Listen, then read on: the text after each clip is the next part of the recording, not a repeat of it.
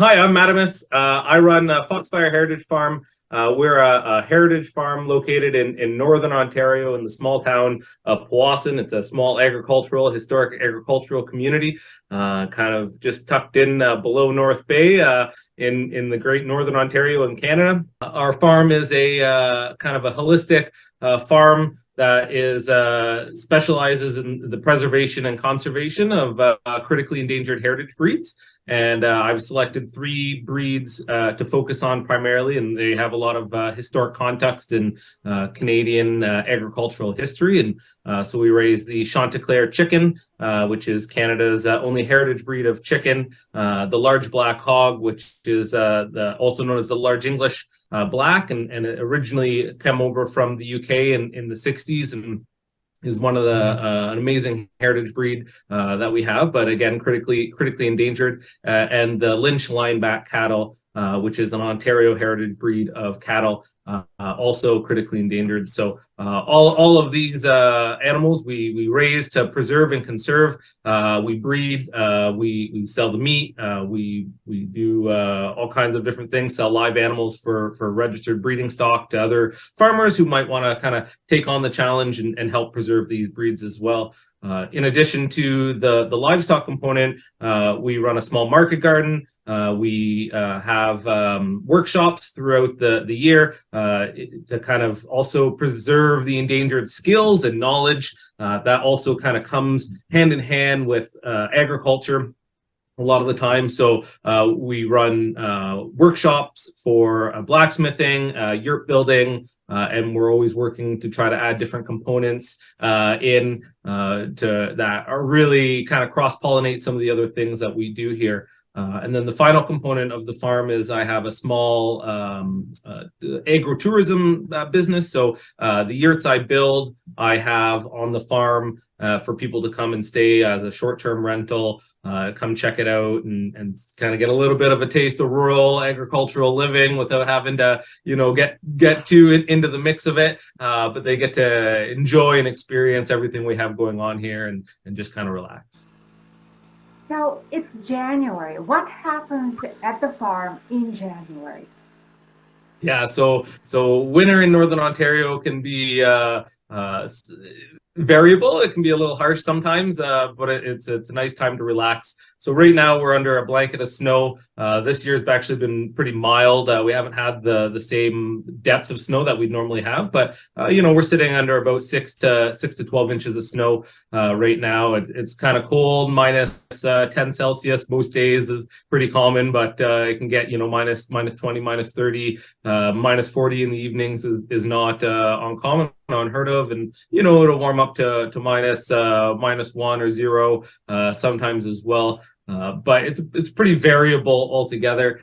So right now on the farm, everything's just kind of just hibernating and eking out an existence here, waiting for the warmer days. So the chickens we bring them all up to the front in their various shelters and mobile coops, so that they're easy to tend to. Water and food is easy to provide that way, because they're not keen on going out too much in the snow. We let them try, but they take one look and kind of turn back in and go, oh, I'm going to stay back in here. The pigs and the cows, same thing. We're just kind of hanging out, growing and hoping for warmer days. So right now everybody is up at the front. Normally during the warmer seasons, we run a pasture operation. Everybody is out free ranging as much as possible, and that is still the case. It's just there's not as much free range to do when there's snow. So the cows are fed hay throughout the winter that we are able to cut during the warmer season. And the pigs, they're just kind of hanging out. They don't go too far. They have a big pasture area, but they kind of stick to one area right now, and we feed and water. So I've been switching between the four-wheeler and the snowmobile, because once we get enough snow, we do everything by snowmobile around here. So and now it's just the time to relax and prepare for the year to come. So start the garden plan, start doing purchasing materials for markets and seeds. We ordered some trees so that we can plant some fruit trees, and just things like that is what we kind of do in the winter, and look forward to warmer days. When do you go to the market? Yeah, so we run. I'm involved in the Powassan Farmers Market, so it's a small community market that runs every weekend, every Saturday from the Victoria Day weekend until Thanksgiving weekend, and then during the winter we kind of dial back and we run every second the second Saturday of every month at the local community center. So that's the kind of the market season. So during the winter, we're only kind of attending the occasional market throughout the year until things warm up. And I also have a roadside stand, and we stock stuff out there. So right now there's no fresh veg or anything nice to stock. So we have some of our heritage meats that are available. So our customers know they can get a hold of us and kind of pop in and pick up what they want throughout the winter. And during the summer, we're either at the farmers market or we have the roadside stand set up for kind of a self-serve system for customers to come by and check out. Did you experience any weather elements in the past few years?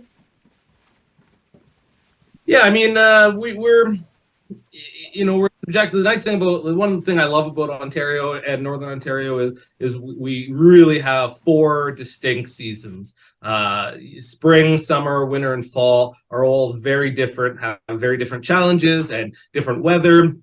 And different things that need to be considered, especially in agriculture. Winter being probably I wouldn't say the most difficult, but the most challenging in a lot of ways, because we really have to switch to different equipment that we use. Like I said, so in the winter we use a snowmobile, which is specialized just for snow travel. That's what we use to do all the chores, check on the animals, go into the forest, do anything around the farm. And so those are challenges that present themselves. Winter as well has challenges with water because water freezes. And so, we have to switch all of our, so in the summer, for example, we have big waters for the chickens, that we can fill up. They're like 90-liter water jugs. And the chickens kind of have free access to water all the time. Whereas in the winter, you can't do the same thing. All the little spouts and chicken nipples and all that kind of stuff freeze up. So we switch all those out to rubber dishes. And then when we do the chores, we smash the water out that's frozen from the night before, provide them new water. And so that's a daily chore instead of a weekly chore. So things like that are challenges. But the reason I've chosen the heritage breeds that I raise on the farm is because of their hardiness and their ability to thrive and do well in conditions such as this. So heritage breeds you can kind of think of them as like antique animals. They're the breeds that our forefathers would have raised. So instead of being extremely productive in one area, such as meat, milk, or eggs, they are very diverse, and they are not experts at anything, but they do everything well. And so our chickens, they have deep plumage. They have a small comb and wattle that's not susceptible to frostbite. They keep it laying a little bit throughout the winter, but we really give them a break. They don't have any supplemental light or any supplemental heat, and things pick up in the spring. So everybody kind of gets a respite period, and nobody's pushed to extreme production levels where we're trying to really run an intense operation. We want all the animals to kind of be animals, and live as they should. And in the end result, they'll produce something that's natural and that isn't forced, through whether it's like high protein grain inputs or other methods like that. We want them to kind of grow as they naturally should. So, heritage breeds, for example, will take about twice as long to get to market weight for butchering as the typical commercial breeds. So whereas like a normal pig operation might run for 8 months of the year and then bring their meat to the abattoir, our pigs, it's 12 to 16 months before they do the same thing. So we really do have to consider winter operations because, a lot of farms, they'll raise chickens and pigs and animals just in the summer season and then not have anything in the winter. But that only works for kind of commercial animals. And when you're breeding and keeping breeding stock as well, it's a year-round operation, and then the heritage breeds growth period kind of extends that out as well. So it kind of works holistically with itself, but it does provide challenges for the winter for sure. When people are visiting the farm, what should they be aware of? I try to make people aware of what we're doing here and the conservation efforts that are ongoing. The fact that we are not a production farm and that the animals here live and serve multiple purposes, and we breed them, that we want to educate people that real food is slow food, and that things take time, and that goes for anything, whether it's vegetables or meat.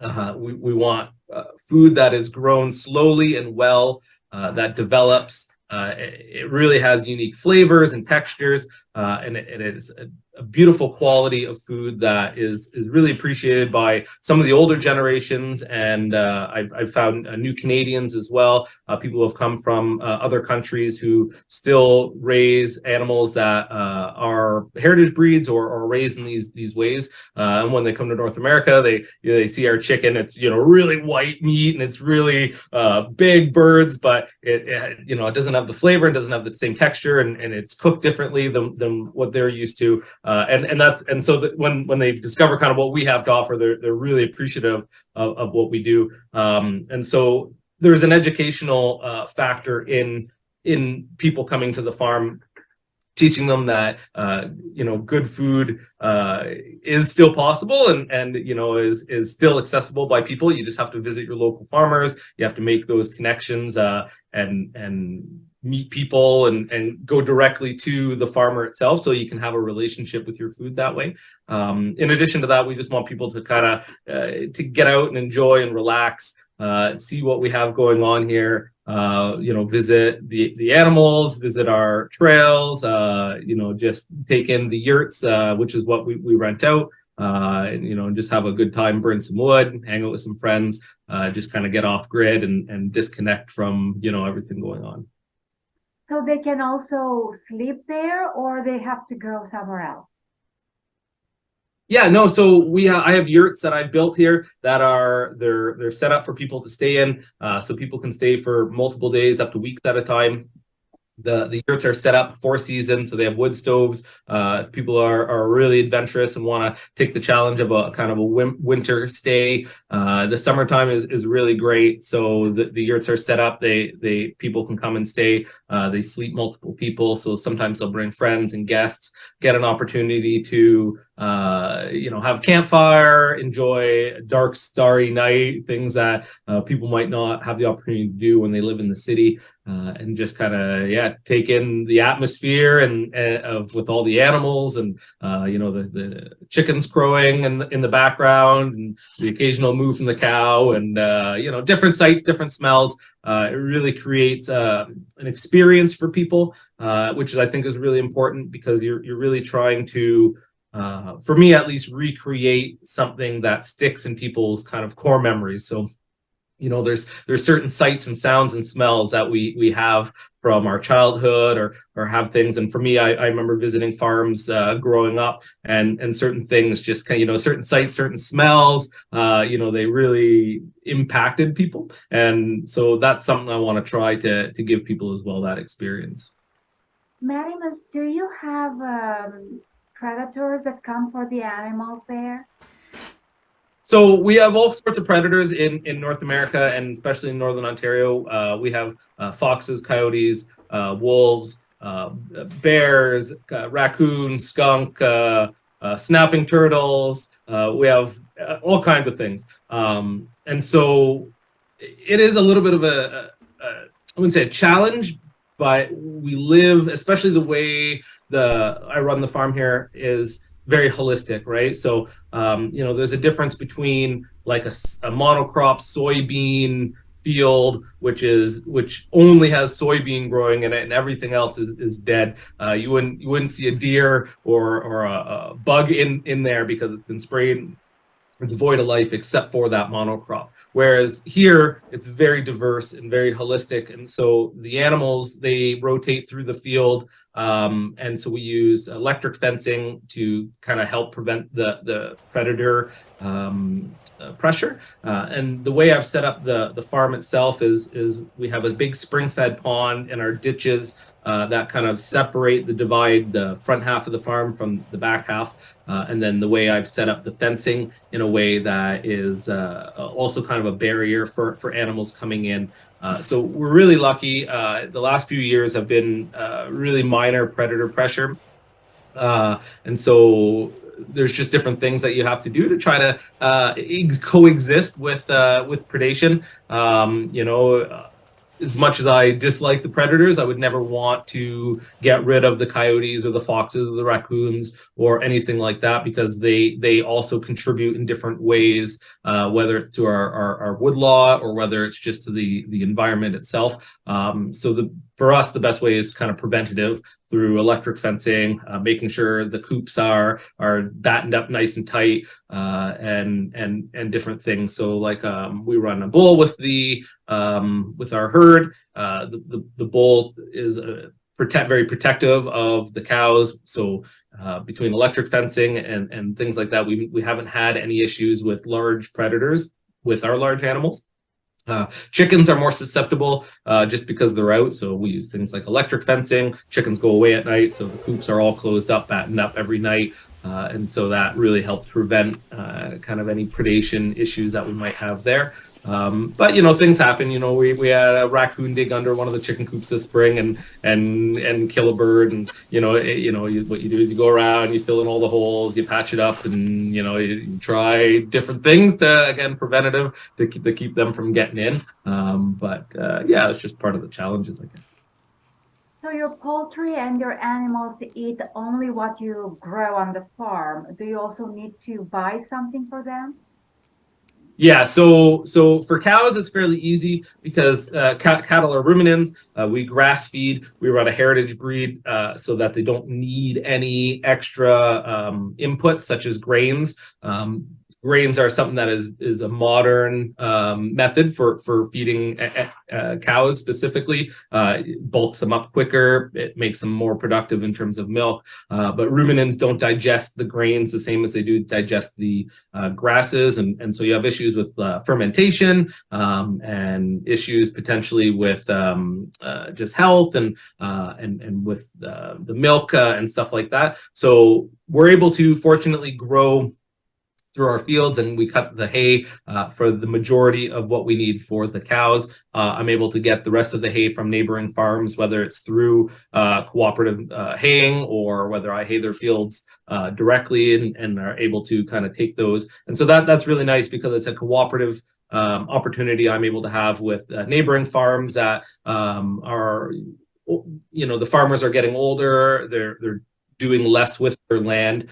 So I've taken that opportunity with a few of my neighbors. They don't, they're older, they've gotten out of most of their animals. And so if somebody didn't come and cut those fields, they would grow fallow, and the trees would start to grow in, and over time they would disappear. And that loss of farmland is, I think tragic. So these cooperative methods like that are really important. For the pigs and the chickens, I do bring in grain. I'm not able to grow enough of what they need. If I had a small flock of chickens, I keep about between 60 to 150 birds, depending on the time of year. And so that many chickens, they require extra feed. If I had a small flock of maybe 10 or 15, because I run a heritage breed, and one of the things about the heritage breed is they retain a lot of their natural instincts. They forage really well. And so you can really see the difference between in farms, heritage breeds and commercial breeds, because the commercial breeds, they kind of stick around their coop and their feed area, and they don't go out too far. Whereas my birds, I'll let them out and I'll see them halfway out in the field because they're just out looking for, you know, bugs and grubs and different things in the grass and picking apart cow patties and doing all kinds of stuff like that. But because I want them to grow as well, and I don't want them to have too much environmental stress and pressure because of the large amount of chickens, I bring in grain and then pigs as well. As I feed them grasses and hay. They have pasture and stuff, but they're not ruminants, so they also require an additional input of grain to grow and keep that weight. I do source from a local farming co-op, so they're about 60 kilometers from here, and I get oat, wheat, and pea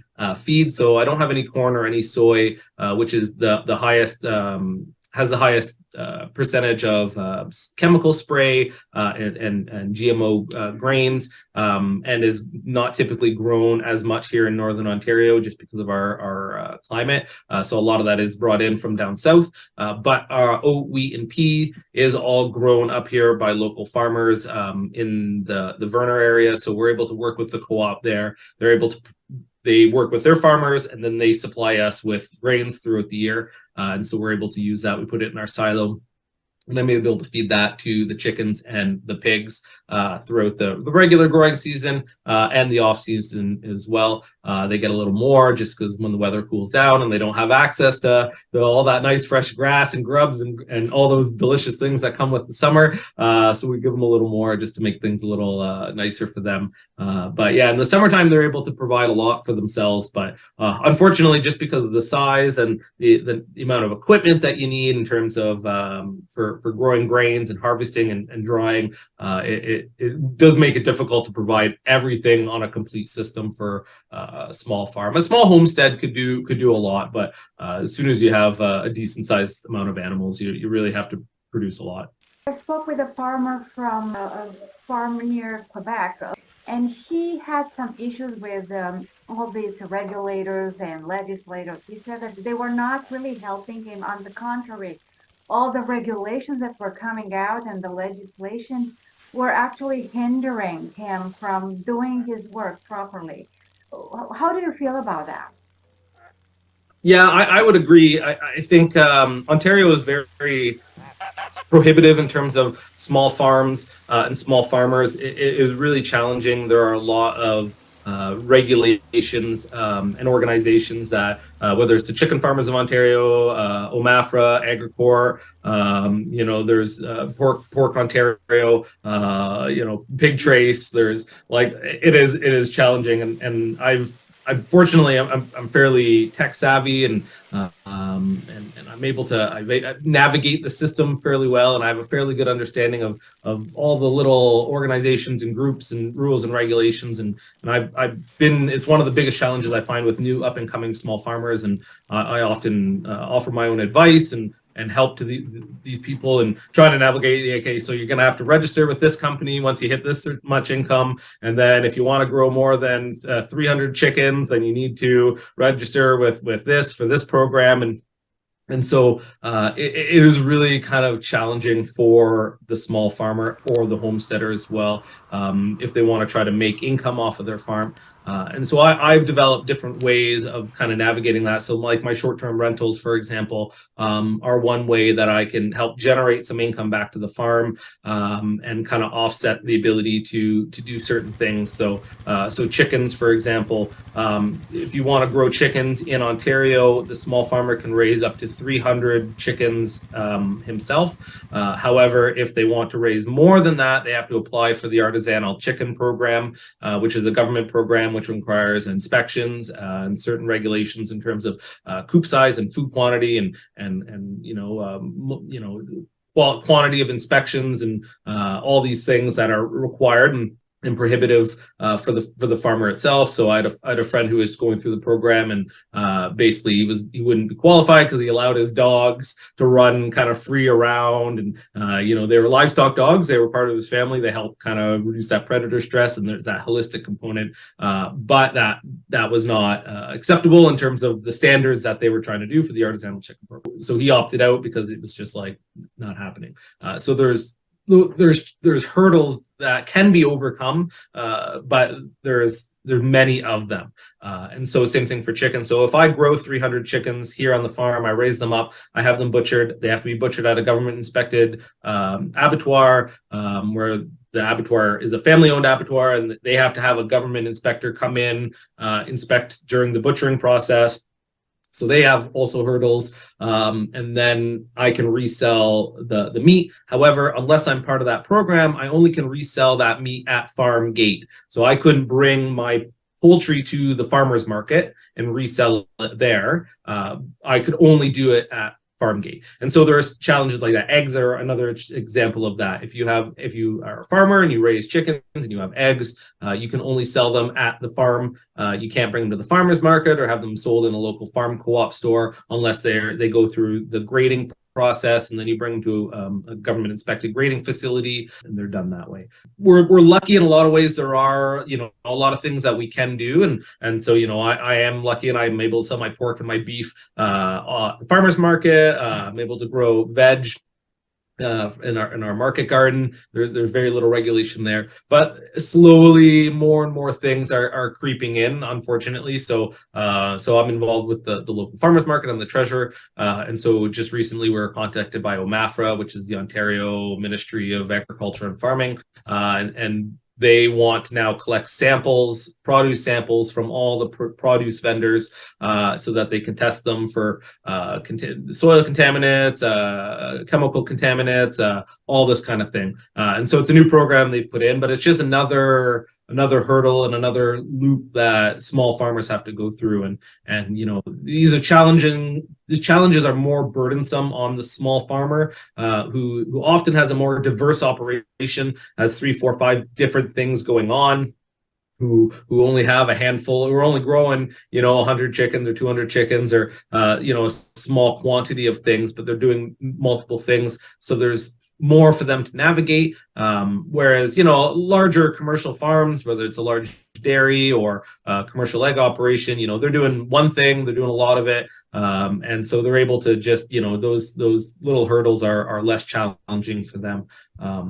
So it's something I believe strongly that it's I think food sovereignty is extremely important. I think now more than ever, especially with the price of food increasing exponentially, whether it's just because of the cost or inflation. These challenges face everybody. And when you make it prohibitive to small farmers in rural communities, especially, but anywhere, you really impact not only the farmer, but their community and the people that live there, right?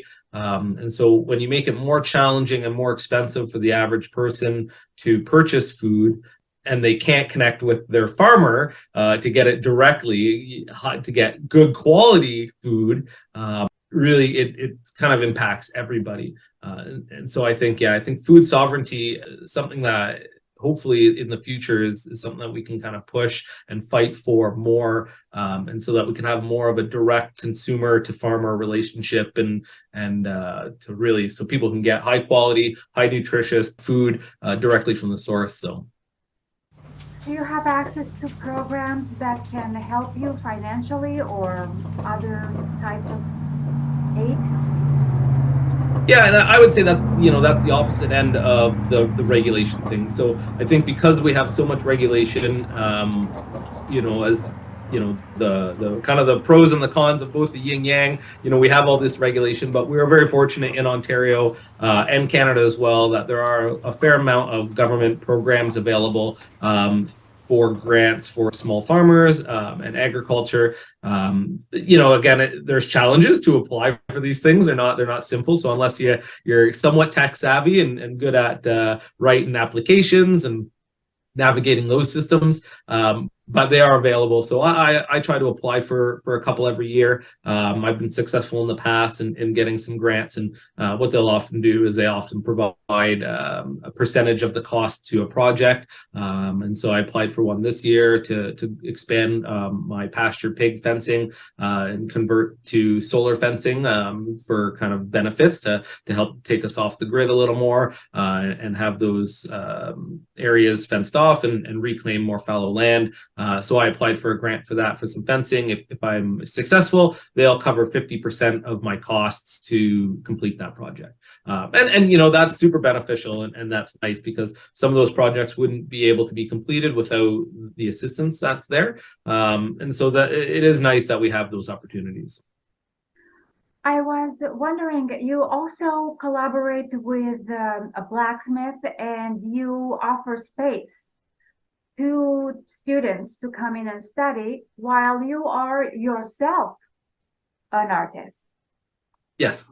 Yeah. So, you know, again, something I'm passionate about is not only raising food and having the heritage animals and the conservation efforts, but what goes hand in hand with that is the preservation of endangered skills and knowledge, and things that are you know, would have been very common, you know, 100, 150, 200 years ago, but just with the change of our lifestyles have almost disappeared completely.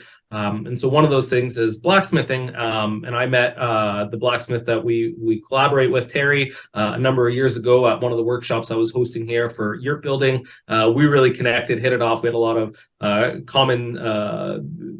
common things that we could relate on, and I was really interested in his blacksmithing and experience, and so we worked up a collaborative agreement, and so I host the workshops here at the farm, and Terry comes and he facilitates them and teaches students in the art of blacksmithing. We run different workshops, some basic introduction workshops and some more advanced workshops. Our medieval weapons workshop is one of the ones that is kind of more popular, and Terry has a really incredible mind. And he is such a well-educated person and has such a knowledge of history, and we try to incorporate a lot of that into what we do because, you know, we really want to play on the strengths of everybody, and so like the medieval weapons is something people really find fascinating, and it's a really fun workshop. And but just the basic blacksmithing, introduction to blacksmithing course is really fun. We have people who come with very little skill or knowledge, but have just got a keen interest. And in a 3-day period, we're able to kind of work our way up through smaller to larger projects, developing some of the basic skills and having them be really empowered by being able to create something from just a blank piece of steel into something beautiful by the end of the weekend, and be able to take that knowledge away. And we've had people who are really keen on developing this as either a full-time hobby or a profession, and so they've come and they're really they've come to a few of our workshops to kind of develop that skill and gain that experience. And so that's really awesome to see because again, I want to promote as much of the growth or the regrowth, I guess, of these skills, and you know, whether it's blacksmithing or metalworking or woodworking or all those things, I think are extremely important. And dying arts and you know, food preservation and you know, just a lot of things that, like I said, were you know, so common back in the day. I mean, that's how blacksmithing was, how everything was made. Like you had all your tools and equipment and stuff like that. You had a blacksmith, he fixed things, he built stuff. But now it's, you know, hard pressed to find one that you know, had the diverse skill that could do those things.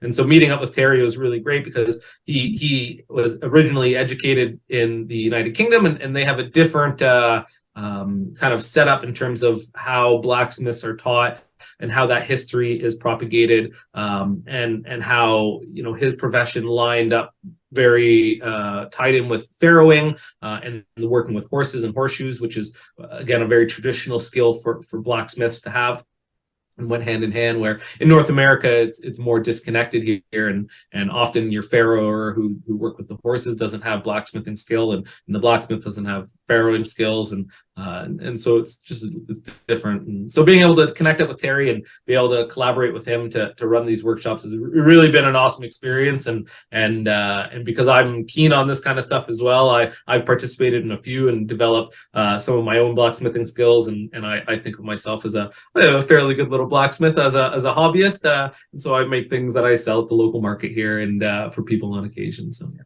Did you make your necklace? Yeah, so it's an Ouroboros. So I enjoy making little the smaller things, little necklaces or hooks and handles and that kind of stuff, and it feels really good. So I just recently I started making these the bells. So it's something I've wanted to do for a while. I have a goal. I want to build a sleigh from scratch and build the sleigh bells to go with the sleigh, and eventually I'd like to get some horses down the road, and so this was the first one of those I made, and yeah, I'm quite.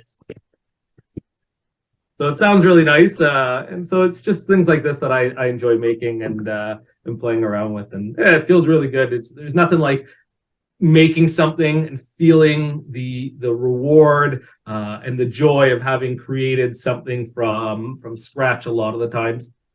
And it's just really empowering, and it feels really nice. So How can people find you? I'm on all the standard social media. So on Facebook and Instagram, you can visit us at Foxfire Heritage Farm, and so that would really be the best way to connect up. You can go to our website, foxfirefarm.ca, and so I have things, all the links to kind of all the other things that we do, dates for our workshops, information on purchasing the registered breeding stock or our meats, or where you can visit us throughout the season, whether it's at farm or at the farmers market, and links to our short-term rentals.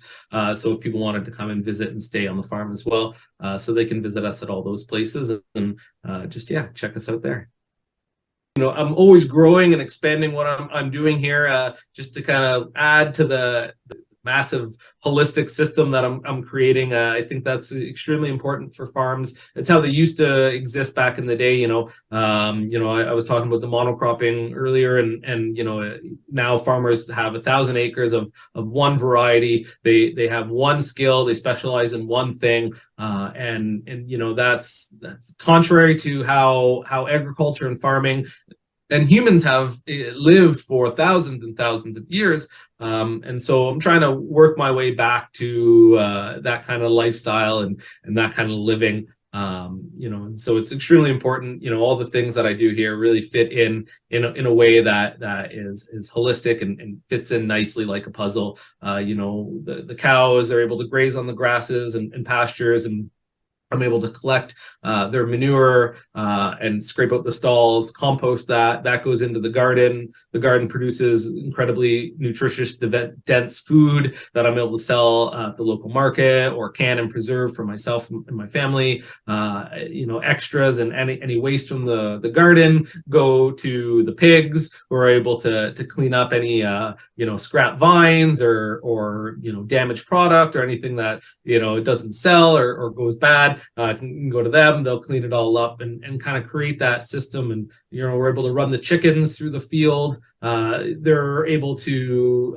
add to the nutrition that the field has. So anything that is taken away from the cows from grazing on the grass, we can re-add through the chicken manure and them being out there. They're also able to spread apart the cow patties and break those apart. They eat the bugs and the natural things that are kind of growing and living in that, and they're able to live off that, but they're also able to spread that out, which helps break it down and add back to the nutritional value of the land and re-add organic components and kind of create a system. So not only are we growing, but we're using regenerative agriculture methods to make it better than it was before we started. And I think that's important now more than ever. And so to kind of spread that mission and that knowledge and try to inspire other people to do similar like things with their farm or their life. And if they can't, try to support people who are. So.